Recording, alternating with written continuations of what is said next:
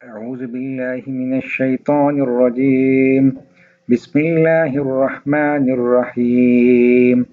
يا أيها الذين آمنوا لا تتخذوا آباءكم وإخوانكم أولياء إن استحبوا الكفر على الإيمان ومن يتولهم منكم فأولئك هم الظالمون.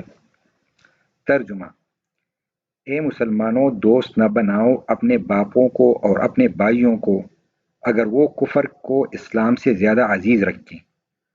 تم میں سے جو بھی ان سے محبت رکھے وہ پورا گنہگار ظالم ہیں۔ تفسیر ابن کثیر سے اس آیت کی تفسیر۔ اللہ تعالیٰ کافروں سے ترک موالات کا حکم دیتا ہے، ان کی دوستیوں سے روکتا ہے، گو وہ ماں باپ ہوں، بہن بھائی ہوں، بشرط یہ کہ وہ کفر کو اسلام پر ترجیح دیں۔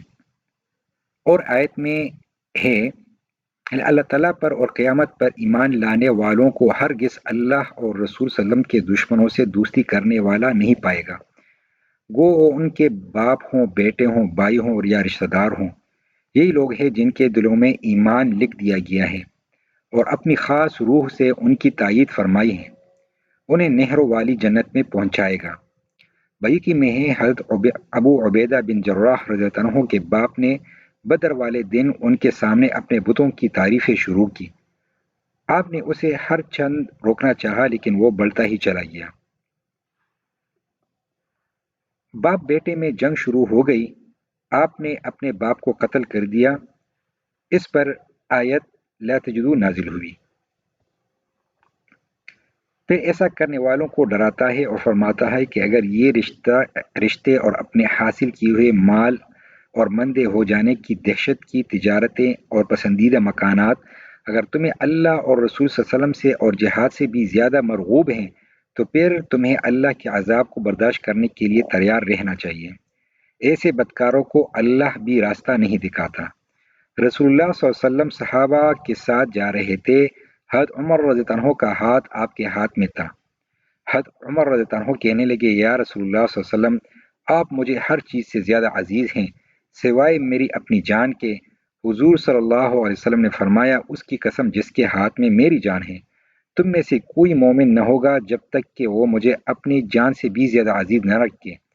حضرت عمر رضی اللہ عنہ نے فرمایا، اللہ کی قسم، اب آپ کی محبت مجھے اپنی جان سے بھی زیادہ ہے۔ آپ صلی اللہ علیہ وسلم نے فرمایا، عمر تو مومن ہو گیا۔ بخاری شریف۔ نبی کریم صلی اللہ علیہ وسلم کے احادیث۔ حضرت برہ رضی اللہ عنہ سے مروی ہے کہ ایک مرتبہ ہم لوگ نبی کریم صلی اللہ علیہ وسلم کے پاس بیٹھے ہوئے تھے کہ نبی کریم صلی اللہ علیہ وسلم ہم سے پوچھنے لگے، اسلام کی کون سی رسی سب سے زیادہ مضبوط ہے؟ صحابہ کرام رضی اللہ عنہ نے عرض کیا، نماز۔ نبی کریم صلی اللہ علیہ وسلم نے فرمایا، بہت خوب، اس کے بعد؟ صحابہ رضی اللہ عنہ نے عرض کیا، زکوٰۃ۔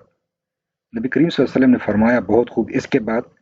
صحابہ کرام رضی اللہ عنہ نے عرض کیا، ماہ رمضان کے روزے۔ نبی کریم صلی اللہ علیہ وسلم نے فرمایا، بہت خوب، اس کے بعد؟ صحابہ کرام رضی اللہ عنہ نے عرض کیا، حج بیت اللہ۔ نبی کریم صلی اللہ علیہ وسلم نے فرمایا، بہت خوب، اس کے بعد؟ صحابہ کرام رضی اللہ عنہ نے عرض کیا، جہاد۔ نبی کریم صلی اللہ علیہ وسلم نے بہت خوب کہہ کر فرمایا، ایمان کی سب سے مضبوط رسی یہ ہے کہ تم اللہ کی رضا کے لیے کسی سے محبت یا نفرت کرو۔ مسند احمد، حدیث 18524۔ ایک اور حدیث میں ہے کہ اسما بنت ابی بکر رضی اللہ عنہ نے بیان کیا کہ رسول اللہ صلی اللہ علیہ وسلم کے زمانے میں میری والدہ جو مشرکہ تھی میرے یہاں آئیں۔ میں نے آپ صلی اللہ علیہ وسلم سے پوچھا، میں نے یہ بھی کہا کہ وہ مجھ سے ملاقات کی بہت خواہشمند ہیں، تو کیا میں اپنی والدہ کے ساتھ صلہ رحمی کر سکتی ہوں؟ آپ صلی اللہ علیہ وسلم نے فرمایا کہ ہاں، اپنی والدہ کے ساتھ صلہ رحمی کر۔ صحیح بخاری، حدیث 2620۔